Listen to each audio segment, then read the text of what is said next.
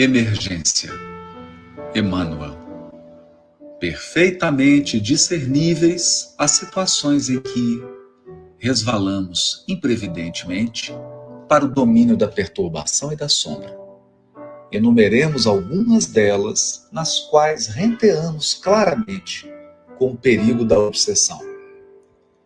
Cabeça desocupada, mãos improdutivas, palavra irreverente, conversa inútil, queixa constante, opinião desrespeitosa, tempo indisciplinado, atitude insincera, observação pessimista, gesto impaciente, conduta agressiva, comportamento descaridoso, apego demasiado, decisão facciosa, comodismo exagerado, refeição intemperante.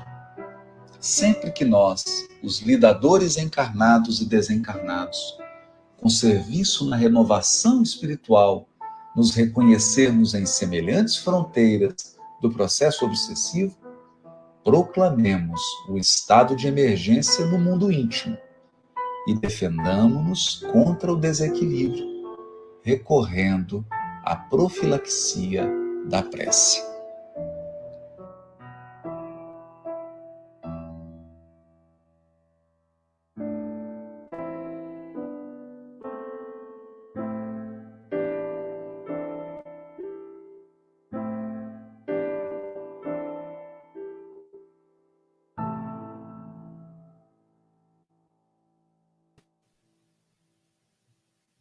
Boa noite,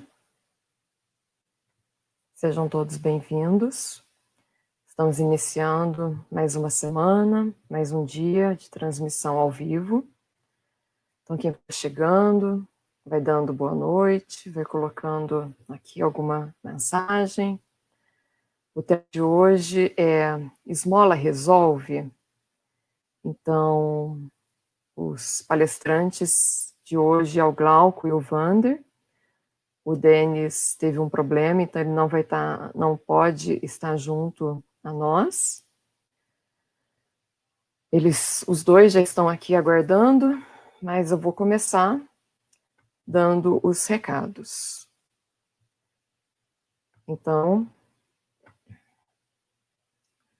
lembrando, né, que o Centro Espírita Divino Mestre, ele está fechado, não há nenhuma atividade, nada ocorrendo no Divino Mestre físico. O que está ocorrendo online, que no caso é o atendimento fraterno e as palestras online, e alguns cursos estão sendo feitos como cada um dos coordenadores de estudo decidiu fazer online. E nós ainda não temos uma data para o retorno às atividades presenciais. Quando houver uma data, vocês vão ficar sabendo imediatamente dessa reabertura. Então, fiquem tranquilos que está sendo feito o plano, as estratégias para que o retorno possa ocorrer, mas ainda não temos data. Nesse momento, o atendimento fraterno, então, ele está sendo feito por telefone. Quem quiser estar conversando com o atendente fraterno, envie o seu nome e o telefone para o e-mail contato@cedivinomestre.org. E assim que for possível, o atendente fraterno irá entrar em contato. Também a campanha Acolha uma Família, na qual, neste momento, está sendo solicitado a doação de alimentos não perecíveis, como arroz, feijão, macarrão e coisas desse gênero. Porém, caso você tenha roupas, calçados, utensílios domésticos, que estão em boas condições de uso, mas você não usa, portanto, isto também pode ser doado. para que você faça a sua doação, apenas indo até a obra social Célio Lemos e fazendo a entrega do que você tem para poder doar. Agora, caso não possa ir, entre em contato com a Iris pelo WhatsApp dela, que é o 981630807, e combina com ela como que a sua doação pode ser feita. Então, eu vou convidar o Glauco e o Wander para que nós possamos iniciar. Glauco, você faz...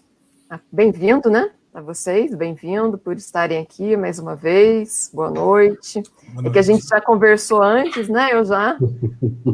Mas boa noite, sejam bem-vindos.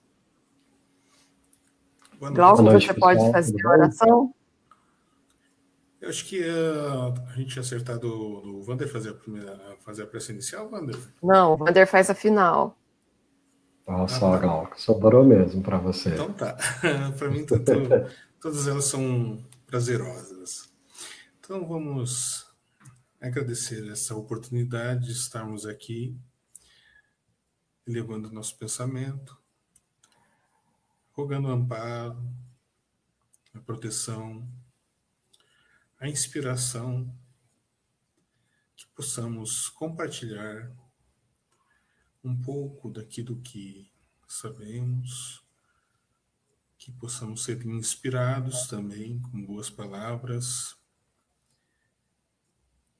Pedimos, Pai, pelos necessitados, por todos aqueles que nesse momento estão passando por dificuldades daquelas que nós vamos falar hoje. Irmãos nossos, companheiros de jornada, que precisam do alento, da compreensão, de uma palavra amiga, do alimento e de um futuro. Pedimos por nossos familiares, por nossos amigos, por todos os companheiros de jornada que estão batalhando no seu dia a dia. Abençoa-nos, Pai, e que possamos, com sua ajuda, fazer o nosso melhor. Que tenhamos um bom trabalho nessa noite. Que assim seja. Bom, então o tema de hoje, ele é Esmola Resolve, né? E, para a gente não ficar o tempo inteiro citando, né, as passagens na codificação, então eu já vou dizer agora aonde que está baseado o tema dessa noite, qual que é a fundamentação dentro da doutrina. Então ela está no Evangelho segundo o Espiritismo, no capítulo 5, o item 24, no Evangelho também, capítulo 7, item 13, e também no Livro dos Espíritos, a questão 813, a questão 888, a questão 888A e a questão 889. Então, o tema ele vai ser abordado, mas sem a gente ficar citando cada uma das passagens, mas sempre fundamentado nessas passagens que eu acabei de citar, correto? Isso. Bom, então, para a gente poder começar, gostaria que vocês dissessem, né? E então, esmola resolve? A esmola não resolve, mas ela alivia algumas necessidades. A esmola, não só a pecuniária, o dinheiro, no caso, não só o dinheiro, ela também pode ser o alimento, pode ser um afago, pode ser uma atenção, né? Pode ser tantas possibilidades, medicamento. Nós temos situações como a roupa, como educação para as crianças, todas essas situações que nós podemos definir como esmola, aquilo que nos sobra São pequenas coisas para quem dá, mas são alentos para quem recebe. As pessoas que estão em situação de rua, o pouco que nós damos para eles é muito, mas isso é só para um instante, né? Para saciar temporariamente uma necessidade momentânea. Então, ela não resolve, mas ela tem sua função naquele momento. O Wander pode complementar aí. Perfeito. Bom, pessoal, boa noite a todos, né? Olha só, o que o Glauco falou, né, sobre a esmola, essa pequena introdução sobre o que é esmola, eu vou só complementar com alguns detalhes. Primeiro, eu acho importante que a gente contextualize, né? Se você vai pegar no Evangelho, ou no Livro dos Espíritos, quando trata de esmola, ele trata no mundo de 1850, né? Ali em torno daquilo. Então, a esmola naquela época, ela era muito mais importante e tinha um outro processo, um outro entendimento do que a gente tem lá hoje. E não só lá, se a gente voltar ao tempo de Jesus, você percebe que lá já tinha uma prática de esmola, uma prática do cuidado. E a gente tem que se lembrar, exatamente como o Glauco comentou, a esmola não é exclusivamente uma questão de dar um dinheiro. Ela tem muito mais que isso, né? E aí a gente tem aquela passagem do óbolo da viúva, que está muito mais, não no valor que ela dá, ou que ela oferta, mas o real sacrifício e, mais que isso, a real importância que ela dá para a ação de compartilhar algo que é seu para outra pessoa. Né? Vale muito mais essa intenção e esse fervor do que o ato propriamente dito em si, para quem pratica. Para quem recebe, esse é um benefício que vai atender a uma necessidade atual, própria, agora, no exato instante. A esmola resolve? Eu diria que não. A esmola atende? Eu diria que sim.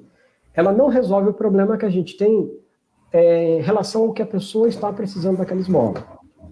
Mas ela atende uma necessidade atual, que seria o quê, por exemplo? A pessoa tem fome, a pessoa precisa se alimentar. Então, aquela esmola que é dada, aquele dinheiro, ou às vezes na forma de um outro alimento, ajuda ela a saciar uma necessidade atual, naquele instante, naquele momento. Então, ela também tem o seu papel. Né? Nesse processo, o que mudou para a gente hoje? Né? Se a gente vier lá do passado para cá, a sociedade mudou muito. Então, a sociedade hoje já não pratica a esmola como ela praticava, sobre vários aspectos, né? Inclusive no aspecto do poder público. Né? A gente tem hoje ações do Estado, né, dos governos, das nações, que se preocupa em saciar as necessidades das pessoas, considerando condições básicas de existência de um cidadão, coisa que a gente não tinha tão claro em 1850. Então, quando a gente analisa a questão da esmola, a gente não pode esquecer esses aspectos. Né, Glauco? Certo. E se a esmola não é o que vai resolver, quais ações, o que pode ser feito para resolver essa situação que muitas pessoas se encontram e que no Brasil, nesses últimos tempos, aumentou o número conforme as pesquisas apontam? O que pode fazer, o que pode ser feito?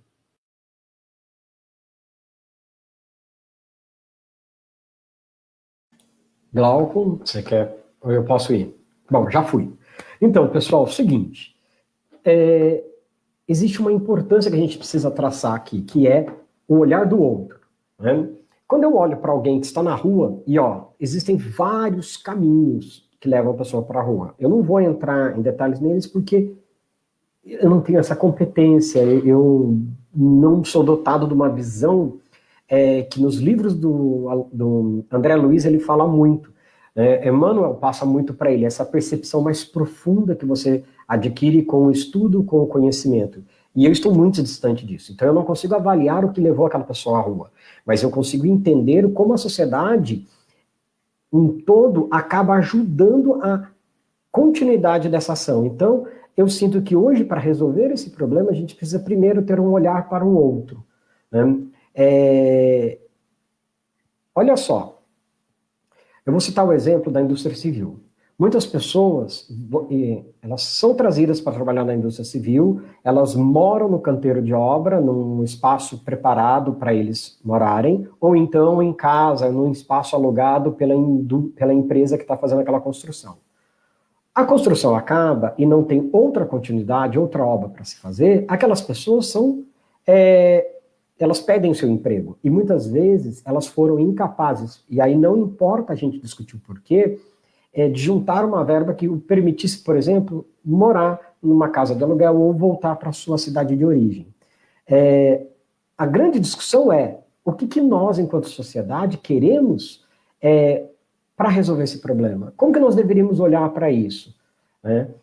Como que nós podemos cruzar uma cidade e ver pessoas na rua pedindo esmola porque tem fome, pedindo esmola porque quer levar um prato de comida para casa, está pedindo esmola porque precisa comprar um remédio.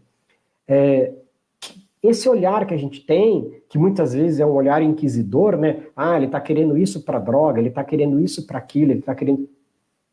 Gente, o que a pessoa vai fazer com o que lhe foi ofertado não nos diz respeito. Nós temos hoje uma situação que é muito mais ligada à nossa capacidade de olhar o outro. Porque quando a gente faz uma prática de caridade, ela pode se esgotar naquele momento só. Né? Uma conversa, um alento, uma camiseta que você dá.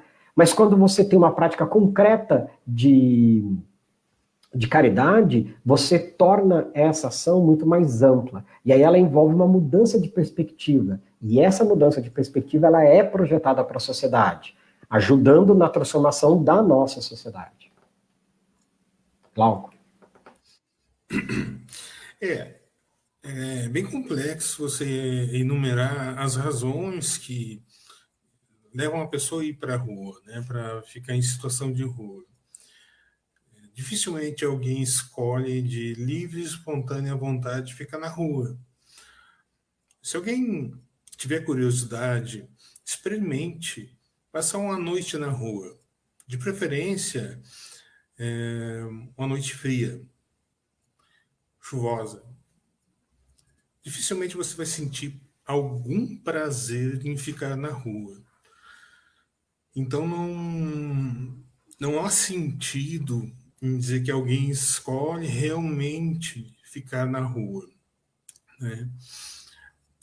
As pessoas ficam na rua, regra geral, por questão de drogas, dissolução familiar, e a gente está com um fenômeno cada vez mais comum,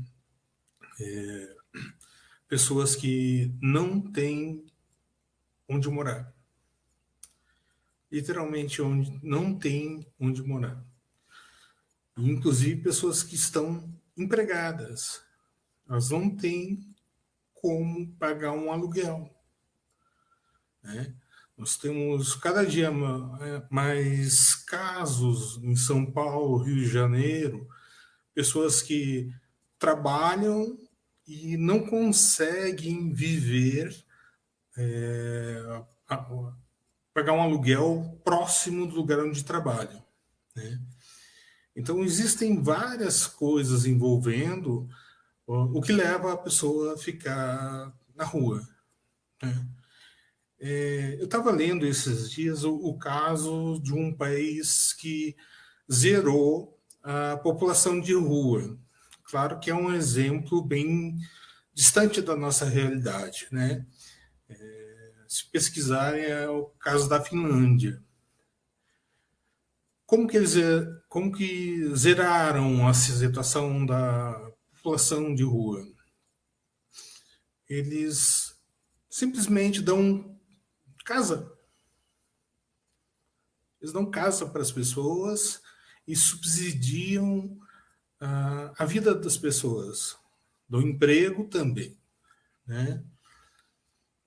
Parece simples, né? Nós estamos dando tudo de graça. Só que na hora que eles permitem essa qualidade de vida, eles deixam de gastar com questão de saúde, com questão de segurança pública, né?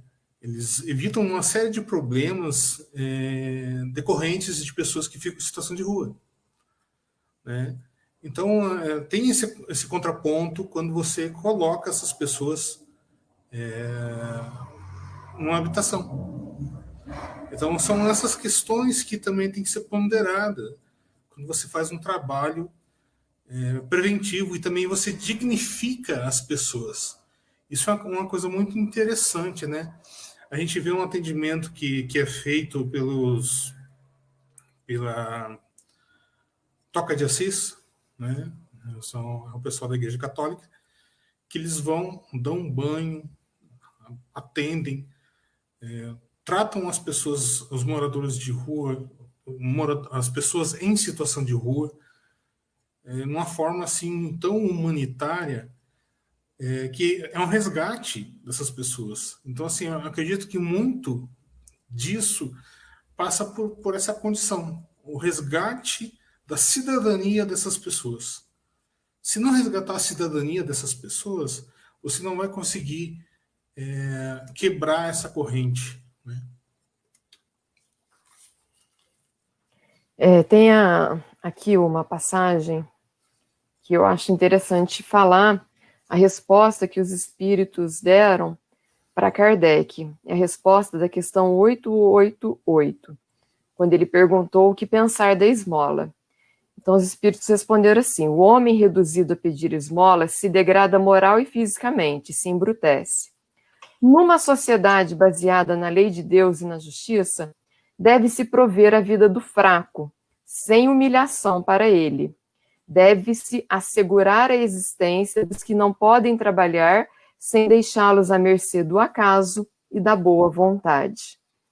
E aí, com essa resposta, né, que os espíritos dão, eu gostaria que vocês dissessem, né, nós, enquanto sociedade, então nós temos responsabilidade com essas pessoas que estão em situação de precisar de uma esmola, e o que nós, enquanto sociedade, nós podemos e devemos fazer? Olha, nós devemos cobrar e nos posicionar em relação a isso, né? Nós não podemos simplesmente... claro, a gente deve continuar a buscar o atendimento às necessidades prementes, né? A gente não deve deixar de fazer sopão, a gente não deve deixar de fazer campanha de agasalho, né? A gente não deve deixar de fazer essas campanhas que atendem essas necessidades urgentes, né? Mas a gente tem que lutar para essas pessoas, lembrando, né? Porque a gente é muito interessante a gente falar de espiritismo e esquecer que todos nós somos como se fosse uma grande família, na verdade, né? Nós não sabemos que aquela pessoa que está ali pedindo uma esmola, ela pode ter sido o nosso pai, ou a gente já teve naquela situação em algum momento da nossa jornada, né? Então, assim, a gente tem que ter essa consciência, essa empatia possível, que a gente hoje está numa situação tranquila, mas a gente deve lutar para que todas as pessoas que estão passando por dificuldades, elas tenham a possibilidade de uma existência digna. Porque a gente não vai transformar um mundo apenas olhando para o nosso umbigo. Essa transformação ela tem que ser consciente que tudo tem que melhorar, né? Não apenas aquilo que está ao redor do meu eixo. Né? Ela tem que ser num contexto geral de sociedade. Né? E é uma responsabilidade daqueles que têm mais conhecimento de correr atrás disso. Né? Então a gente tem a nossa carga de influência a respeito disso. Né? Bom, partindo desse processo que o Glauco comentou, a gente não pode esquecer que o nosso mundo, ele ainda está longe de alguma perfeição, ou está longe ainda de uma percepção de um mundo de regeneração. Então, ele é crivado ainda de uma série de falhas.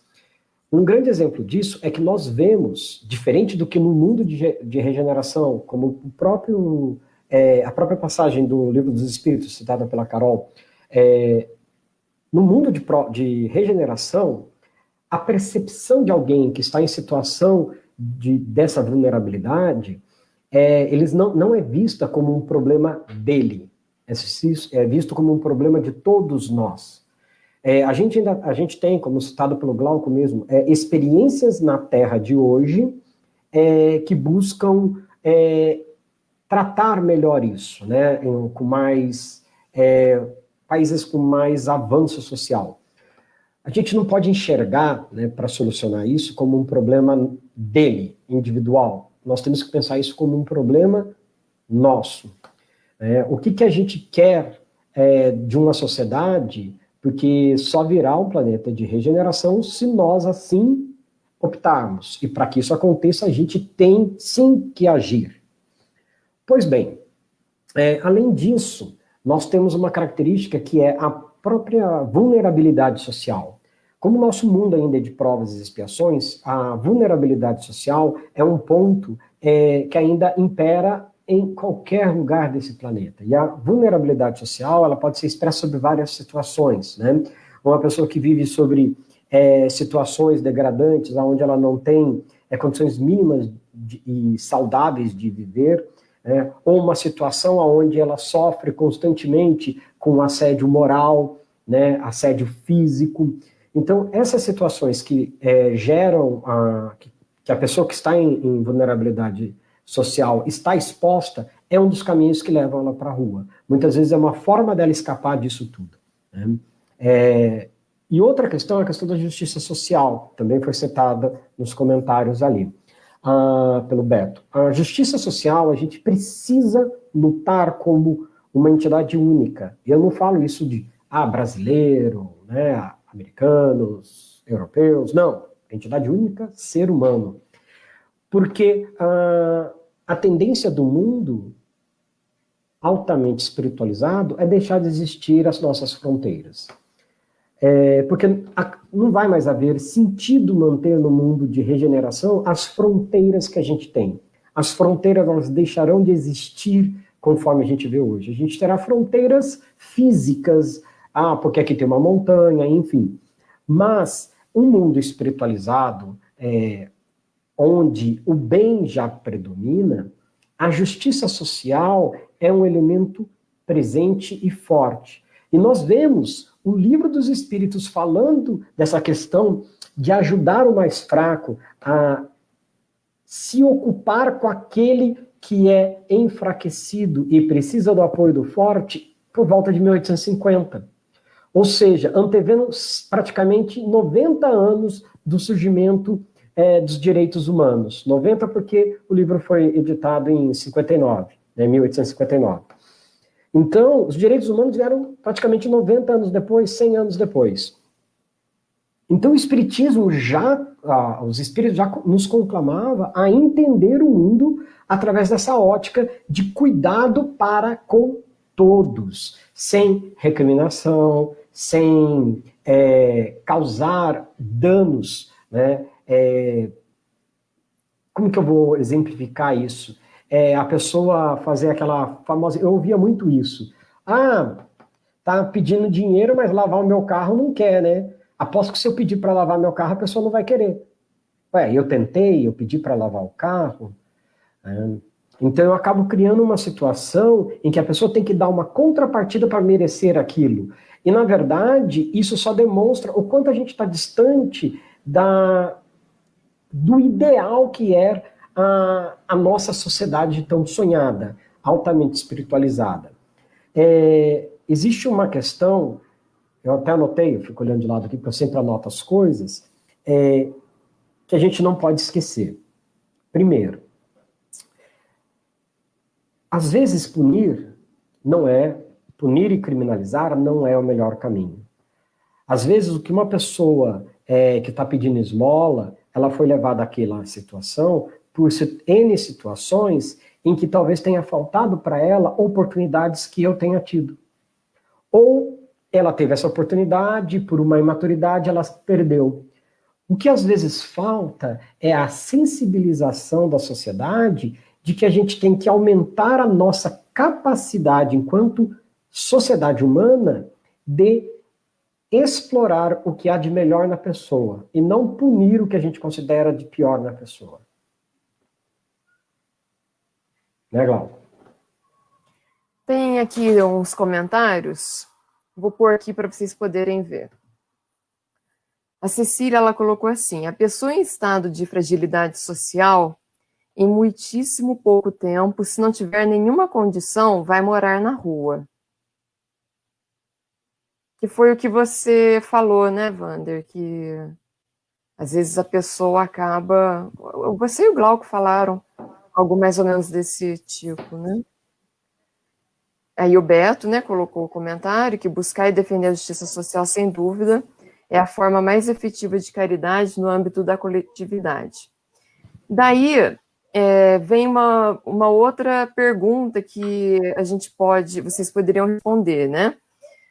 Que você falou, o Beto escreveu aqui, o que é a justiça social?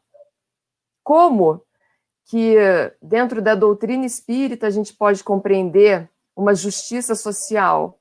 Porque não há justiça em tudo? Então, o que seria essa justiça social? As pessoas que estão na rua, não é por merecimento? E aí? Que a gente escuta muito, né? Espírita falar isso. Então.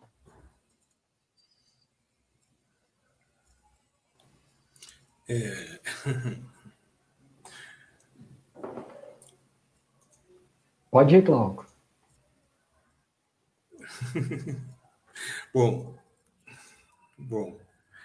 quando se fala essa questão de justiça divina e justiça humana, né? A gente tem que falar de justiça humana no seguinte aspecto.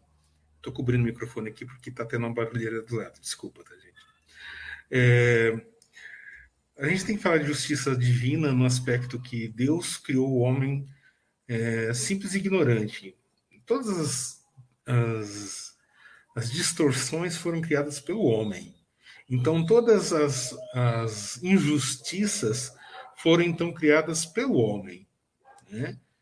Então, qualquer coisa que se fale a respeito à justiça e injustiça é derivação do homem, certo? E a busca para corrigir isso também é do homem, né?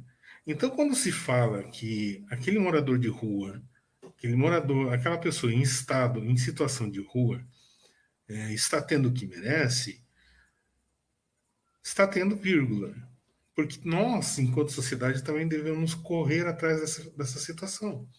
Porque também temos responsabilidade enquanto sociedade, naquele fracasso moral. Porque nós não atendemos, de alguma forma, aquela pessoa, em algum momento. As questões que a gente usa para embasar o que a gente está falando hoje, elas falam isso. Tanto é que são 2 vezes praticamente a mesma questão, né? São a questão 813, né? Eu até vou repetir a pergunta, porque, olha só, elas são exatamente a mesma, né? Há pessoas que caem nas privações, na miséria, por sua própria culpa. A sociedade pode ser responsabilizada por isso? Por isso que o Kardec perguntou.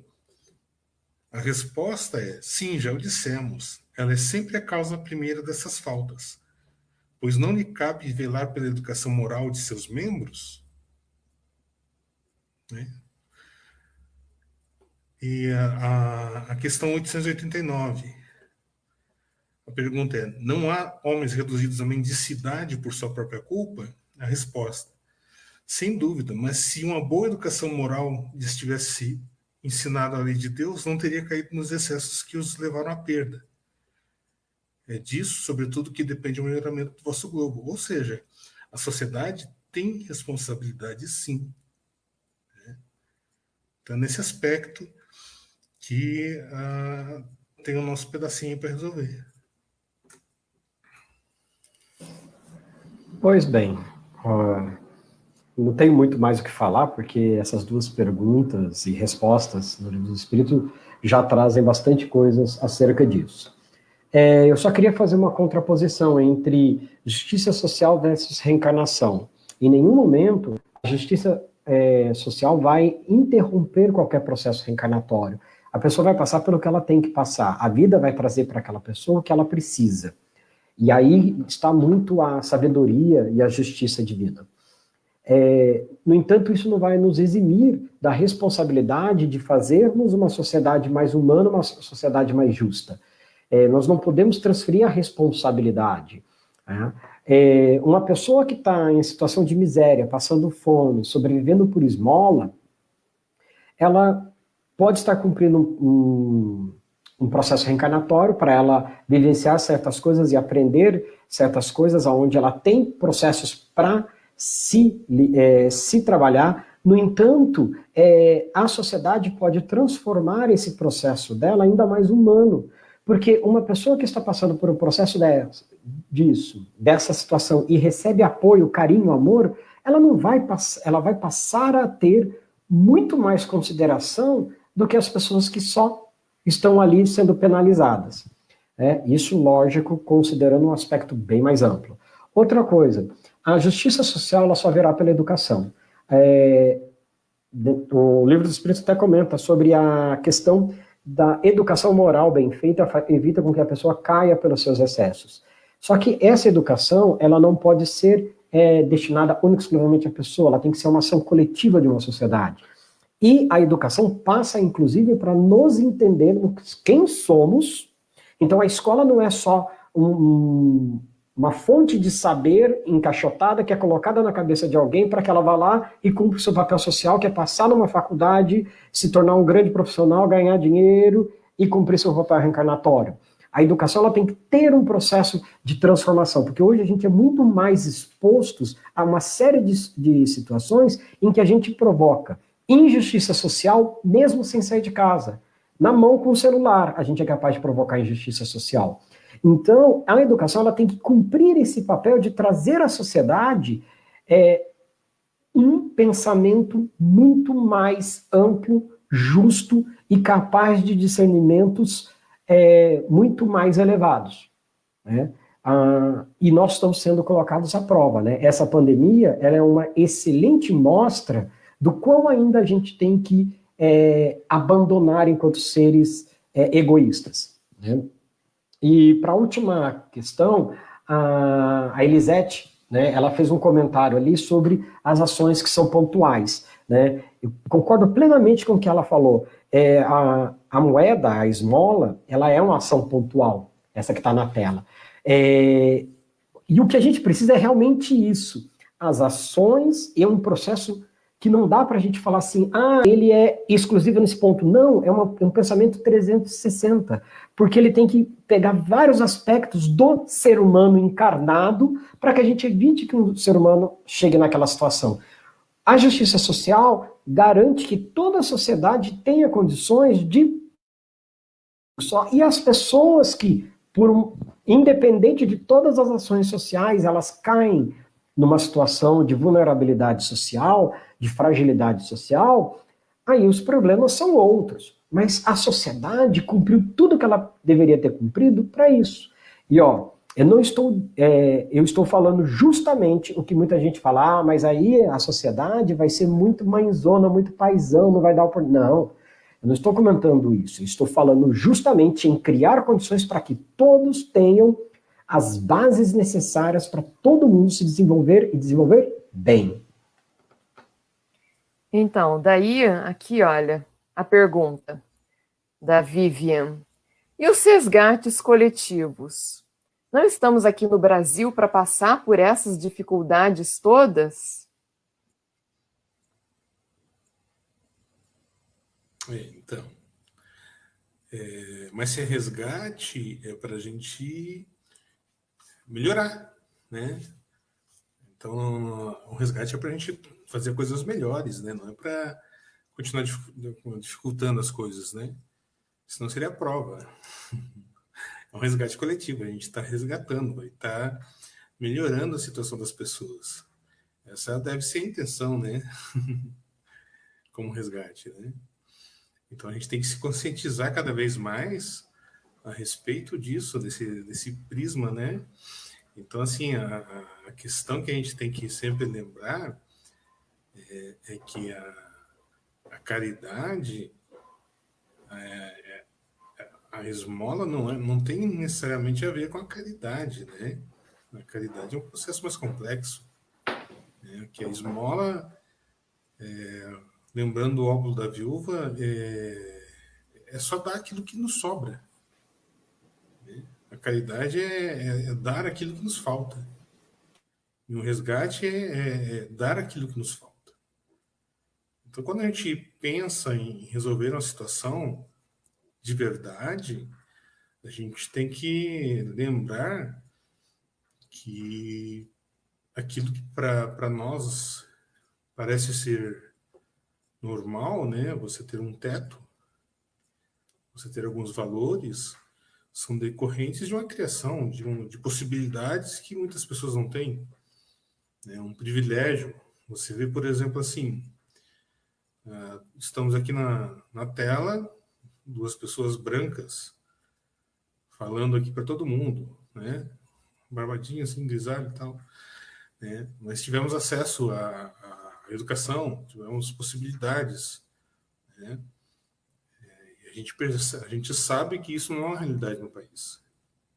Né? A gente vê isso, por exemplo, quantos palestrantes negros nós conhecemos nas casas espíritas. Já começamos na justiça social a partir daí. Né? Então a gente não pode negar o que acontece no nosso país. Esse resgate coletivo ele tem que ser tomado consciência das desigualdades que nós vivenciamos. Né? E corrigir essas desigualdades. Não apenas dizer assim, não, porque nós temos que passar por isso. Não, nós temos que corrigir isso. Nós temos que ter consciência dessas injustiças e perceber que a gente tem que dar a mão para as pessoas e ver que a gente tem privilégios e que tem muita coisa para ser melhorada, né? A partir de vivências, né? Tem a chamado exercício do pescoço, né? Que é você olhar ao seu redor. Então, assim, quando a gente percebe que existem valores ainda na nossa sociedade que são extremamente supérfluos, né? A riqueza, a preocupação com o carro do ano, a preocupação com obtenção de coisas materiais, né? A valorização disso, nós percebemos que nós ainda estamos muito aquém de uma sociedade que tem que evoluir, né? Então, tem muita coisa para a gente resgatar nesse aspecto, né? Bom, Vivian, eu vou dizer uma coisa para você sobre os resgates coletivos. A gente está falhando, infelizmente. No transcorrer do tempo, da nossa história, a gente sabe que nós iremos melhorar. No entanto, a gente ainda erra bastante. Os resgates coletivos, eles são instrumentos para melhoria um pouco mais dinâmica de uma sociedade. Né? E as dificuldades que são surgidas nessa sociedade, elas são instrumentos desse processo de melhoria. O que a gente tem visto ultimamente? Né? Surgimento, por exemplo, de negacionistas da vacina, de vacinação, o anti-vax. Isso mostra uma percepção sobre como a nossa sociedade humana ainda vive sobre muita pressão do egoísmo. Eu sou de uma fase em que no Brasil ainda nós tínhamos crianças com paralisia infantil. Então eu fui da geração que nasceu quando já tinha vacina. Hoje a gente não vê mais paralisia infantil, né? Porque as pessoas vacinavam seus filhos. Mesma coisa é o sarampo, que agora é um número muito mais reduzido, ou a varíola, que deixou de existir. E ainda a gente vê agora pessoas lutando contra a vacina, porque eu realmente não entendo o porquê. Mas isso mostra a dificuldade que o ser humano tem de se colocar como parte integrante de um sistema global. Nós vemos o quê? Nós estamos vendo o outro como inimigo. E esse é um grande problema que a gente precisa superar da nossa sociedade. Um outro exemplo que agora o Brasil está vivendo é a questão da renda mínima. Já teve vários tipos de discussão sobre isso. A renda mínima, ela seria um elemento para acabar com essa questão da miséria, da pessoa que pede esmola da rua? Não. Mas numa sociedade minimamente saudável, todo mundo deveria ter uma renda que garantisse àquela pessoa a sobrevivência. Mas eu não vou dar dinheiro para aquela pessoa, é dinheiro saindo do meu imposto para poder ir para aquela pessoa, a pessoa não faz nada. Aí isso é uma escolha da pessoa. O que eu quero de sociedade? Né? Então a gente vê algumas experiências em alguns países que estão adotando uma renda mínima, e a gente vê a renda mínima sendo falada no Brasil há mais de 30 anos por um ex-senador. Né? Mais de 30 anos não, quase 40 já. E é uma discussão que passa, inclusive, pela sociedade que a gente quer. Pelos modos de vida que queremos adotar. É muito fácil eu estar na rua, a pessoa me pedir um dinheiro e eu dar um dinheiro para ela. O difícil é eu lutar para existir instrumentos que a pessoa não caia nessa situação se não for por uma situação muito específica. Hoje, é muito mais fácil a pessoa chegar à situação de rua e à situação de pedir esmola, porque nós não temos instrumentos de seguridade social, de segurança social, que cuide disso. Quer ver um exemplo? Eu vou dar esse exemplo, que é um exemplo que mexeu muito comigo por causa dos meus alunos. Eu estou dando uma aula à distância, meus alunos não têm acesso à internet. E nós, enquanto sociedade, fracassamos em garantir o acesso à internet para essas crianças. Eu conheço vários dos meus amigos que têm filhos, que os filhos não estão com problema nenhum em ter internet, porque eles têm condições de pagar.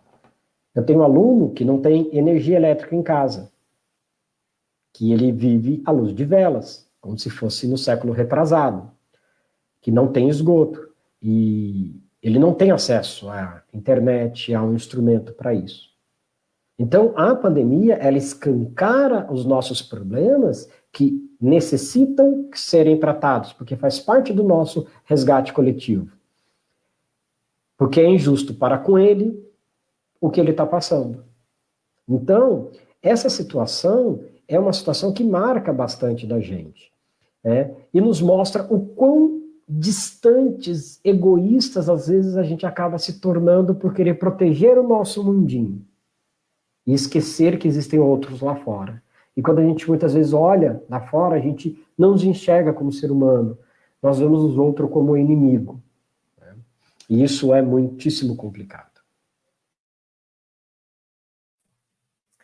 A Helena colocou um comentário aqui, ó.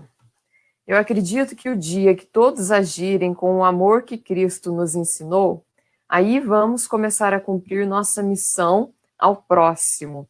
Só com muito amor é que vamos começar a evolução dos seres.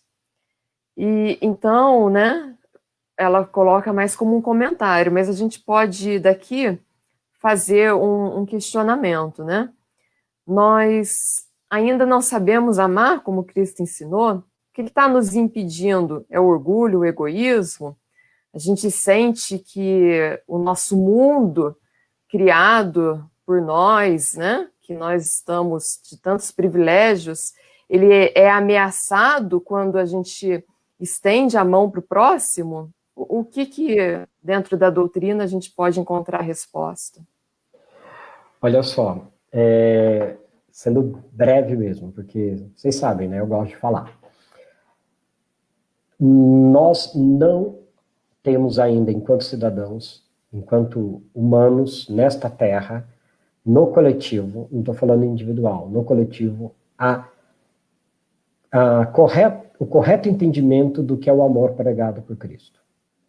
Foge às nossas dimensões humanas atuais. E muito disso vem da nossa incapacidade de abrir mão daquilo que a gente acha que a gente merece, que nos é por direito, né? Uma questão egoísta, envolve vaidade. Então, hoje, as grandes chagas da sociedade é a vaidade, é o egoísmo, o orgulho, esses processos, eles maculam a nossa vida, nossa experiência terrestre, e dificultam que a gente enxergue esse amor proposto por Cristo. Né? Porque mesmo quando a gente estuda, ainda nos escapa as nuances que estão envolvidas neles. E eu concordo com ela. O dia que a gente tiver essa consciência plena, esse amplo conhecimento do que é o amor preconizado por Cristo, por Jesus, a gente vai ter uma terra para além de um mundo de regeneração.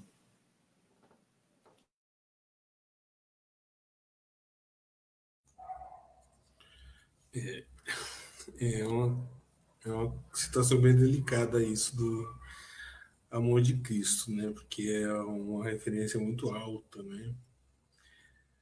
Mas é verdade, esse olhar, né? A gente olha assim, a gente já vê a referência de Cristo. Ele não buscava os ricos, ele não buscava os poderosos, ele não buscava o material, ele não buscava a realização terrena, ele não buscava a posse, ele não buscava a fama, ele não buscava o poder terreno, ele não buscava o carro do ano, ele não buscava a melhor faculdade, ele não buscava a casa própria, ele não buscava tantas coisas que nós buscamos, né? Ele não julgava, ele ia no templo chutar a barraca dos mercadores, né? Então, ele perdoava, ele curava os adversários. Algumas referências de Jesus, né? Ele transformava água em vinho. Então, assim, o amor de Jesus é muito amplo para a gente conseguir entender. Mas a gente tem que acreditar que a gente tem alguma noção e que a gente pode chegar usando ele como referência, como exemplo, né? Tentando evitar as coisas que ele não faria. Assim, evitar o que ele não faria, não, né? Tipo, agir de acordo com a forma dele, os valores que ele nos traz, que ele nos trouxe. E é tão fácil a gente negar ele, né? Não só 3 vezes, mas 300 vezes 3. Né? A cada instante, a cada olhada na rua, a cada colherada a mais, a cada troca de celular, a cada xingamento que a gente faz, tantas coisas que a gente faz errado, né? Que a gente não tem o amor de Cristo. E a gente não abraça as pessoas de verdade, né? Então, realmente, o dia que a gente agir com o amor de Cristo, a gente vai ser espírito superior, né? Até lá a gente tem que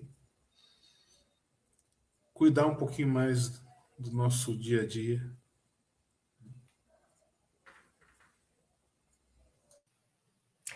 A Elisete colocou um outro comentário, né, para a gente poder encerrar. Ela coloca assim: a pandemia assusta muito porque coloca um holofote no egoísmo e no orgulho das pessoas.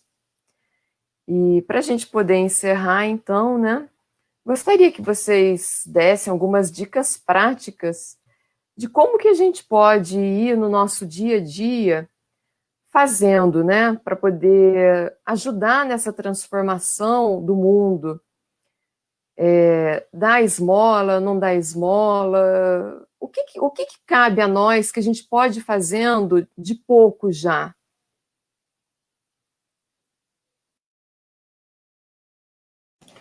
Bom, eu tenho uma dica muito prática que eu uso muito, tá? Siga seu coração. A gente sabe que nossas ações individuais, elas são pequenas e elas sozinhas não mudam o mundo. Mas na nossa pequenez, a gente é capaz de ajudar as pessoas. Então, muitas vezes, eu deixo meu coração falar. Então, as pessoas, às vezes, só tratando de esmola, tá? A pessoa chega e pede alguma coisa e, de repente, vem um desejo de contribuir de alguma forma com aquela pessoa, né? Então, isso funciona muito para mim. E me auxilia a me perceber podendo ajudar a pessoa a passar por aquele momento dela. E uma das coisas mais salutares que a gente pode fazer é não olhar o outro como inimigo, não ver ele como uma pessoa que está pondo a sociedade em risco, mas ver ele como resultado de um problema muito maior e que a gente, na medida do possível, temos que começar a entender que esse processo vai passar e que a gente pode contribuir com ele. E conhecer as práticas que a casa espírita tem que auxiliam os outros. E eu não falo só, por exemplo, do Bem Me Quer, tem muitas outras práticas, inclusive mocidade espírita, inclusive a evangelização infantil, os cursos da casa. Porque quando a gente participa e a gente interage, a gente dedica o nosso tempo ali, a gente está fazendo um atendimento fraterno, a gente está conversando com alguém, a gente está parando para ouvir uma pessoa.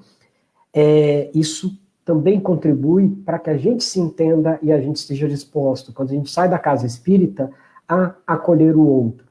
Então, minha dica, siga o coração e acolha o outro.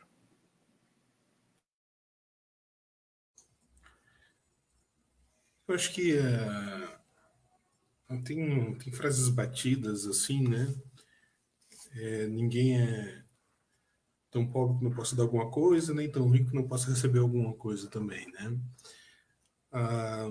Eu acho que, primeira coisa, consciência, você se conscientizar que quem está na rua também é uma pessoa, né? Humanizar as pessoas que estão em situação de rua já é um começo. Se você não consegue se dedicar à causa, apoiar quem está na causa, né?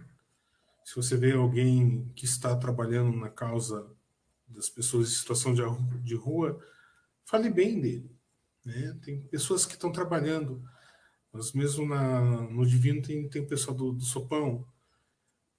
Então, né, dê um apoio, nem que seja moral, eventualmente, se puder doar alguma coisa para eles também.